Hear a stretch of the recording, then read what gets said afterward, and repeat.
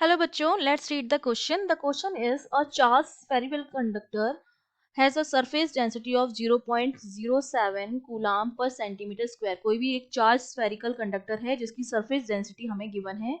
When the charge is increased by 4.4 coulomb, then the surface density changes to 0.084 coulomb per centimeter square. Find the initial charge and capacitance of the spherical conductor. तो एक तो हमें initial charge जो है वो calculate करना है और एक स्फेरिकल कंडक्टर का हमें कैपेसिटेंस कैलकुलेट करना है. तो देखिए, हम जानते हैं की कॉन्सेप्ट में हमें क्या क्या चीजें पता होनी चाहिए कि हमारी जो सरफेस चार्ज डेंसिटी होती है सिग्मा, वो हमारी बराबर होती है क्यू अपॉन ए के. ठीक है, एक तो ये फॉर्मूला हम अप्लाई करेंगे. दूसरा, स्फेरिकल कंडक्टर के लिए जो कैपेसिटी होती है C capacitance, that is given by 4 pi epsilon naught R. एक हमें ये फॉर्मूला गिवन होना चाहिए. तो मुझे एक तो Q कैलकुलेट करना है और एक C कैलकुलेट करना है, और C कैलकुलेट करने के लिए मुझे R की वैल्यू जो है वो पता होनी चाहिए. तो एज पर द क्वेश्चन हमें पहली कंडीशन दे रखी है कि मेरा जो सिग्मा 1 है that is equals to Q upon A, जिसकी वैल्यू है 0.07 equals to Q upon A. Area कितना हो जाएगा, स्फेरिकल है हमारे पास, उसकी रेडियस अगर हमने R मान ली है, ठीक है, सेंटर से, तो एरिया कितना हो जाएगा 4 पाई आर स्क्वायर. ये मेरे पास इक्वेशन नंबर 1 हो गई.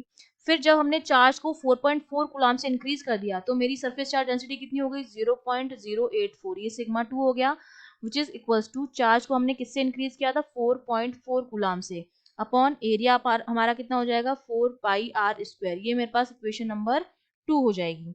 अब मैं क्या करूंगी, इक्वेशन 1 को इक्वेशन 2 से डिवाइड कर दूंगी. ठीक है, इक्वेशन 1 डिवाइड बाय इक्वेशन 2. तो ये मेरे पास वैल्यू कितनी आ जाएगी 0.07 upon 0.084 which is equals to A से एरिया एरिया तो कैंसिल हो जाएगा, ये यहाँ पर मेरे पास बचेगा Q अपॉन Q प्लस 4.4.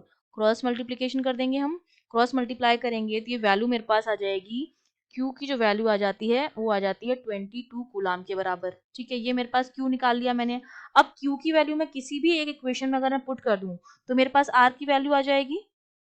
ठीक है, किसी भी एक वैल्यू में जो हमारे पास इक्वेशन 1 है या इक्वेशन 2 है, किसी में भी Q की वैल्यू पुट कर दूं तो मुझे क्या मिल जाएगा R मिल जाएगा. तो मैं सपोज इस Q की वैल्यू को पुट कर रही हूँ फर्स्ट इक्वेशन में. ठीक है, तो फर्स्ट इक्वेशन मेरी क्या है 0.07 इक्वल्स टू Q तो मैंने निकाल दिया 22 coulomb upon 4 pi R square. तो यहाँ से R की जो वैल्यू मिल जाएगी हमारे पास R, वो हो जाएगा root of 22 upon 4 into pi की वैल्यू होती है 3.14 इंटू 0.07. इसको जब हम सॉल्व करेंगे तो R जो आ जाता है मेरा वो आ जाता है 5 सेंटीमीटर. अब मैंने Q भी निकाल लिया है, R भी निकाल लिया है, तो अपना C निकाल सकती हूँ क्योंकि हम जानते हैं C की जो वैल्यू होती है वो होती है 4 pi epsilon not into R. R हमने निकाल लिया, 4 पाई एप्सिलॉन नॉट की वैल्यू होती है 1 क्योंकि 1 अपॉन 4 पाई एप्सिलॉन नॉट जो होता है वो होता है 9 इंटू 10⁹. तो ये हो जाएगा 1 अपॉन 9 इंटू 10⁹ इंटू 5 सेंटीमीटर. तो ये हो जाएगा 5 इंटू 10⁻². तो जो C की वैल्यू को हम सॉल्व करेंगे तो C मेरा आ जाएगा 5.56 इंटू 10⁻12 फराडे. इतना कैपेसिटेंस आ जाएगा उस स्फेरिकल कंडक्टर का. तो ये हमने C की वैल्यू भी कैलकुलेट कर दी और ये हमने उसका इनिशियल चार्ज भी कैलकुलेट कर दिया है. I hope you understood well. All the best.